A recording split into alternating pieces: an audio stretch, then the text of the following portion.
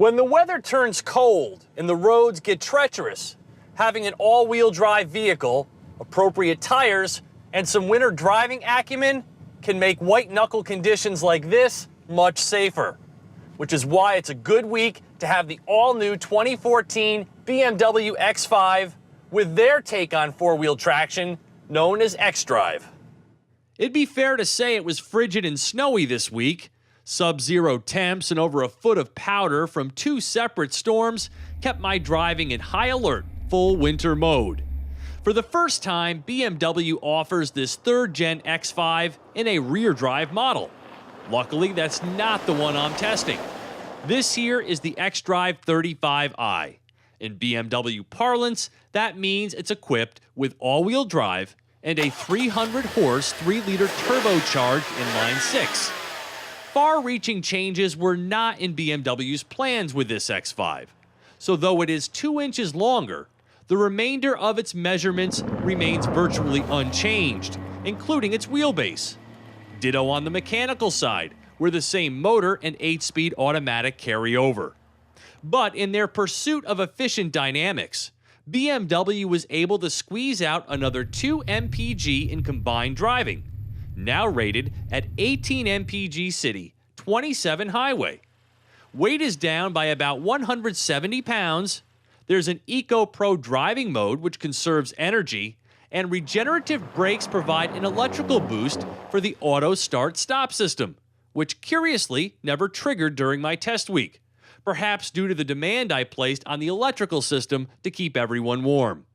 The optional cold weather package kept my backside toasty, but the heated steering wheel took the week off. Bad timing.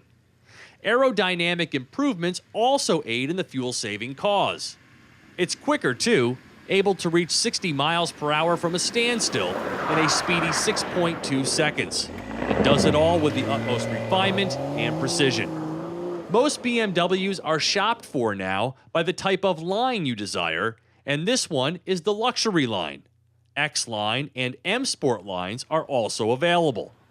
The luxury is distinguished by a number of subtle exterior trim bits, as well as these 19-inch V-spoke wheels and a sports steering wheel. Base price of this specific model is $57,725.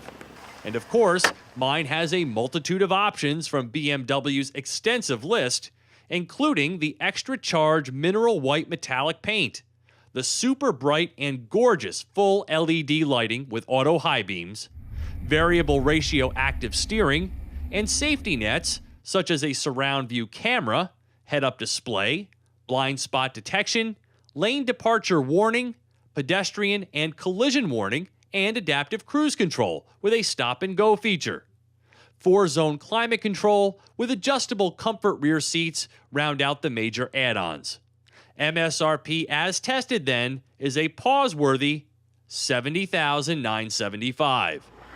I had the xDrive working overtime this week, a full-time all-wheel drive system with power bias to the rear until the front axle needs to take on more of the duty, up to 100%. xDrive has been tweaked this year to be lighter and more efficient, and when equipped with a dynamic handling package, not optioned on my tester, takes four-wheel control even further by adding torque vectoring across the rear axle.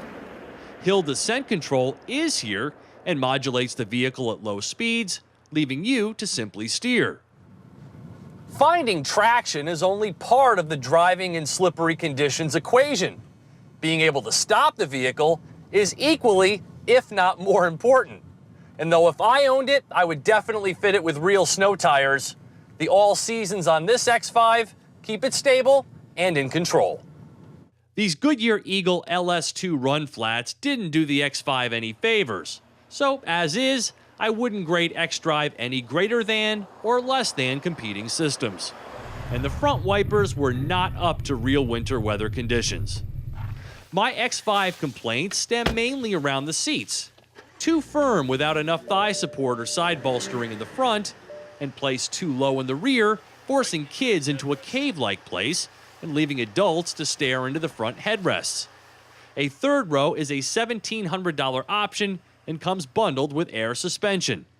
I also have a case of sticker shock with this X5.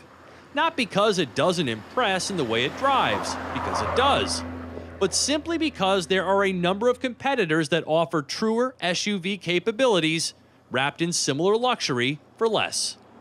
For TestDriveNow.com, I'm Steve Hannis.